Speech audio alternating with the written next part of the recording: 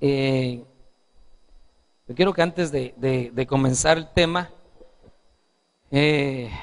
ponerle en perspectiva algo. Una de las cosas que nosotros tenemos que saber es que el centro de nuestra predicación ahora ya no puede ser otra cosa más que la venida de Cristo. Le voy a explicar esto. En la Biblia nosotros vemos a profetas, independientemente cómo didácticamente se nos enseñe sobre los profetas, porque nos enseñan acerca de los profetas mayores y acerca de los profetas menores, principalmente cuando estamos estudiando la Biblia como libro. Pero nosotros debemos de saber que los profetas, independientemente que hayan sido mayores o que hayan sido menores, no porque el tamaño de su predicación fuera menos importante, sino porque el libro es más pequeño, por eso le llaman profetas menores. Nosotros tenemos que saber que habían tres tipos de profetas. Profetas que predicaron, anunciaron y estuvieron alertando al pueblo antes del cautiverio. Ese fue un grupo de profetas. El otro grupo de profetas fue un grupo de profetas que estuvo anunciando, profetizando y predicando dentro del cautiverio. Y hubo un grupo de profetas que estuvieron hablando, predicando y anunciando después del cautiverio. Es decir, tres atmósferas, tres escalones, tres espacios, periodos de tiempo y tres preocupaciones espirituales que se manifestaron a través de ellos. Note pues, antes del cautiverio, durante el cautiverio y después del cautiverio. Déjenme echarme una pensada. Yo me sospecho que lo mismo va a pasar en el final de los tiempos. Es decir, un grupo de ministros que esté predicando antes de la tribulación, un grupo de ministros que esté consolando y ayudando a los que se quedaron en la tribulación, y un grupo de ministros que estará hasta el final de la tribulación. Déjeme a mí tomar esta figura para decirle lo siguiente. Nosotros tenemos que saber que se acerca el día grande y terrible de Jehová. El día grande y terrible no es igual a la venida del Señor. La gente lo mezcla, empieza a hablar y dice, viene la venida del Señor y es el día grande y terrible. No, son dos cosas diferentes. La venida del Señor es una cosa y el día grande y terrible es otra cosa. El día grande y terrible del Señor es la gran tribulación, ese es el día grande y terrible. Pero la venida en secreto del Señor tiene que ser antes. Eso nosotros lo vemos en muchos, mire, en casi todos los libros de la Biblia, uno encuentra que siempre antes de una tribulación, antes había un grupo de salvados. Incluso en el libro de Daniel, Daniel es uno de los profetas, oiga, que profetiza durante el cautiverio, no antes, sino durante. Entonces nosotros tenemos que saber que nadie más que Daniel, mire, por eso es impresionante cómo el libro de Daniel coincide con el libro de Apocalipsis, porque Daniel estaba viviendo la tribulación. Entonces nadie más podía escribir sobre la tribulación que él, que la estaba viviendo. El otro que escribe en el cautiverio fue Ezequiel. Ezequiel escribe acerca del tercer templo. Ezequiel escribe acerca de la abominación también, igual que Daniel, porque los dos habían estado cautivos. Entonces habían estado en la tribulación y por lo tanto sabían cómo iba a ser la tribulación. Pero antes de eso nosotros vemos algunas cosas muy impresionantes, que en medio de la tribulación Dios iba a salvar a algunos. Dice que tremendo. Dios iba a salvar a algunos. Y ahí están los tres aquellos, Sadrach, Mesach y Abednego, aunque no me gustan esos tres nombres porque esos tres nombres eran caldeos. Uno se llamaba, creo que Azarías, Misael, y no me acuerdo el nombre del otro, eran los nombres originales, ¿verdad? Pero note que a ellos tres los salvaron del fuego durante la tribulación. Entonces, eso quiere decir que los vinieron a ayudar en la tribulación. Pero nosotros vemos que Jeremías, que había predicado antes de la tribulación, Jeremías no aparece en el cautiverio. ¿Y qué se hizo Jeremías? ¿Dónde estaba Jeremías? Ya no estaba. ¿Por qué Daniel, siendo profeta, sí para en la tribulación? Pero Jeremías ya no estaba en la tribulación, ya no estaba en el cautiverio. Entonces notemos que a Jeremías lo habían escapado, lo habían salvado del cautiverio. Nosotros vemos otra figura en Malaquías, y la figura es la siguiente. Aquí viene el día ardiente como un horno. Bueno, no es figura, es una profecía. Y dice, donde los que hacen maldad serán estopa. Pero luego dice, pero más a vosotros los que teméis mi nombre, nacerá el sol de justicia y en sus alas traerá salvación. Démosle un aplauso al Señor, hermano.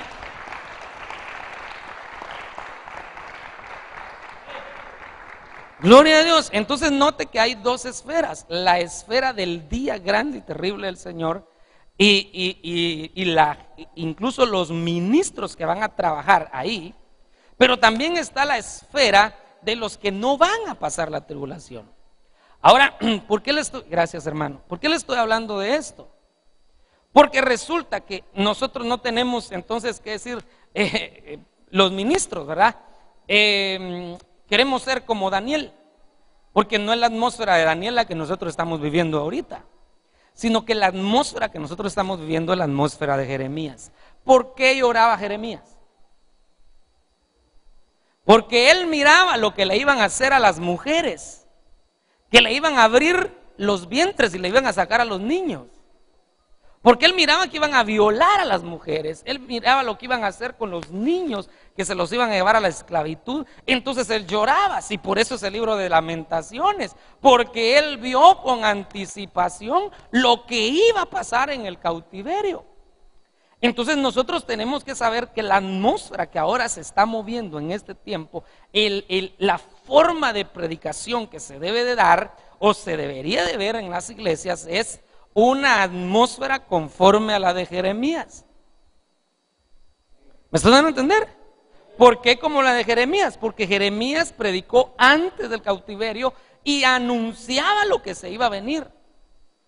Los van a llevar cautivos, los van a matar, los van a destruir. Arrepiéntanse, arrepiéntanse, arrepiéntanse. Y va a decirlo, y lloraba Jeremías. Pero ¿sabe qué pasaba? Que el mensaje de Jeremías no era popular. No era popular. La gente no lo creía.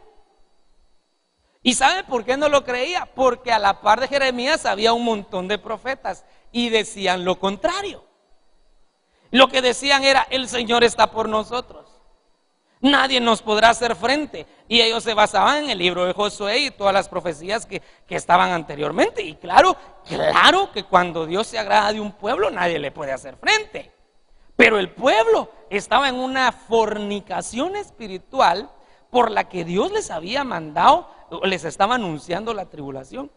Pero oiga, la gente le hacía más caso a los otros que a Jeremías. Jeremías mucho de su mensaje lo tuvo que dar desde la cárcel, porque nadie le hacía caso, hermano. Desde la cárcel, y todavía lo metían a la cárcel. Y de repente un día uno de esos reyes se preocupa y quería oír palabra de Jehová, y manda a buscar a Jeremías y le dice: Jeremías, ¿hay todavía palabra de Jehová? Y Jeremías le dice: hay palabra de Jehová todavía. Mientras no haya tribulación, hay palabra de Jehová todavía. Y eso es lo que nosotros tenemos que pedirle al Señor, que todavía haya palabra de Jehová antes que venga la tribulación. Entonces note, hermano, es la atmósfera de Jeremías, pero la atmósfera de Jeremías es previa a la tribulación, pero es un mensaje no popular. No popular. ¿Cuáles son los mensajes populares de ahora? El dinero, ¿eh? ¿Y quién no quiere dinero? Y dígame, hermano, ¿quién no quiere dinero? Entonces, si de lo que se trata es de ganar adeptos nada más, pues hablemos de lo que más le gusta a la gente y hablemos de dinero. Otro de los mensajes populares son las señales. Pero el problema de basarse en las señales es que hay señales como las de Simón el mago. Y si uno no tiene el discernimiento suficiente, se puede ir con la finta. De hecho, el falso profeta, que no es el mismo que el anticristo, es decir, una cosa es el anticristo y una cosa es el falso profeta. El falso profeta se va a liar con el anticristo. El falso profeta dice que va a hacer señales de tal magnitud que la gente va a decir que ese es el poder de Dios. Y de tal manera que le van a dar vida a una imagen. Entonces, solo para que usted vea que irse tras las señales es peligroso. No que nuestro Dios no pueda hacer señales. Por eso nosotros no estamos de acuerdo en la botadera de gente que hacen muchos ministros. No estamos poniendo nombre de ministros, ¿verdad? Nosotros estamos hablando de la doctrina errada, no de algún ministro en específico. Ahora, si alguien se siente aludido, pues será él el que tendrá que reflexionar. Pero, hermano, ¿de qué sirve que anden votando a la gente y la gente sigue igual? ¿De qué sirve? Si Dios no quiere una botadera de gente y que la gente no sufra ni siquiera la más mínima transformación dentro de sí. Entonces, ahora yo le pregunto, si el diablo puede votar, ¿será que el Señor no puede votar a alguien? Sí puede. Sí puede. O sea, si a eso vamos, el Señor puede hacer milagros. Y no Él abrió el mar, pues. Y no Él abrió el Jordán, pues. Y no Él miren, no es nuestro Señor Jesucristo, siendo Dios, se hizo hombre por usted y por mí. Y no murió por nosotros. Y al tercer día resucitó, pues. Él es un Dios de milagros. Démosle un aplauso al Señor.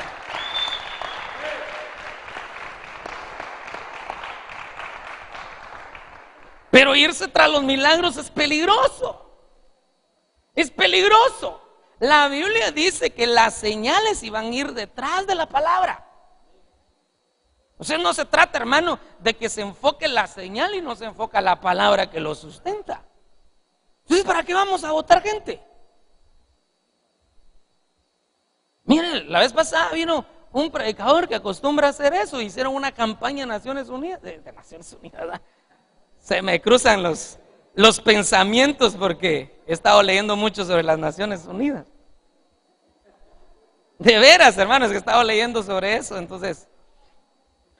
Pero viene y yo dentro de los servidores, yo vi que después pasaron a los servidores y los votó a todos.